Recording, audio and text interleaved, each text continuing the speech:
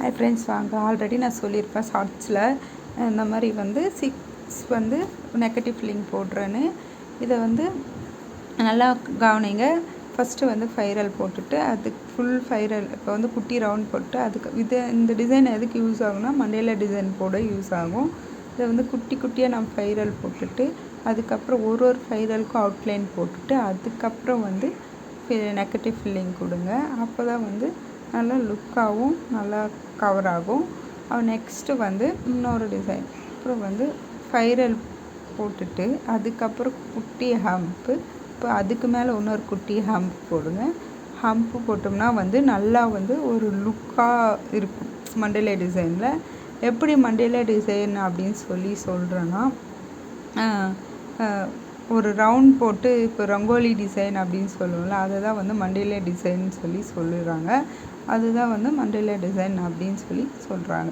இப்போ வந்து இந்த ரவுண்ட் குட்டியாக போட்டுட்டு அதுக்குள்ளே இந்த டிசைன்லாம் கவர் பண்ணோமா, அதுக்கு மேலே ஒரு பார்டர் லைன் போட்டுட்டு அதுக்கப்புறம் குட்டி குட்டியாக ஹம்ப்பு போட்டுட்டு அதுக்கு மேலே வந்து டாட் வச்சுக்கலாம். அதுதான் வந்து மண்டேல டிசைன் கவர் ஆகும்.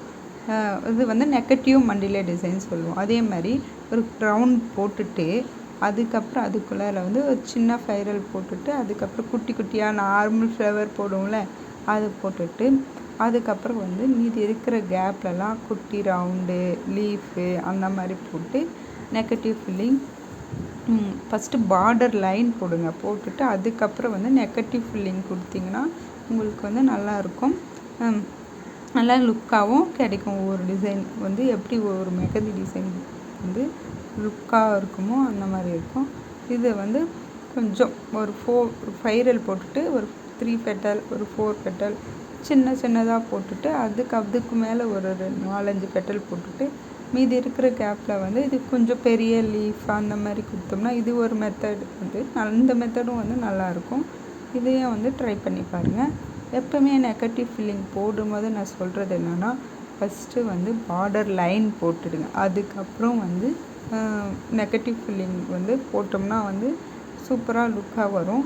அது வந்து நம்ம கையில் வச்சுட்டு கலர் பிடிச்சப்போ ரிமூவ் பண்ணாமல் வந்து நல்ல ஒரு லுக்காக ப்ரைட்டாக வந்து அந்த ஃப்ளவர்ஸ்லாம் வந்து நல்லா லுக்காக எப்படி நம்ம கையில் இருந்தால் அந்த ஃப்ளவர்ஸ் மட்டும் லுக்காக எடுத்து மற்ற பார்க்குறவங்களுக்கு வந்து அழகாகவும் இருக்கும்.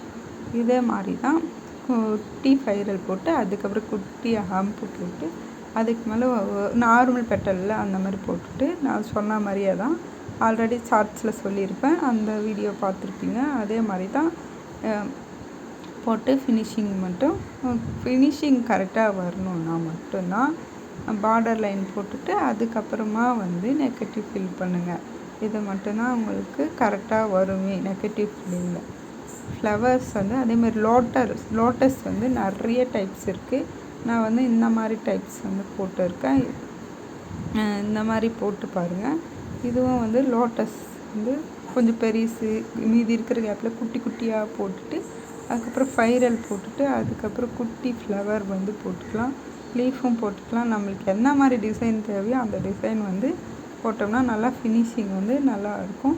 இதை வந்து ட்ரை பண்ணி பாருங்கள். இந்த மாதிரி நிறைய வீடியோ வேணும்னா எனக்கு கமெண்ட் பண்ணுங்கள்.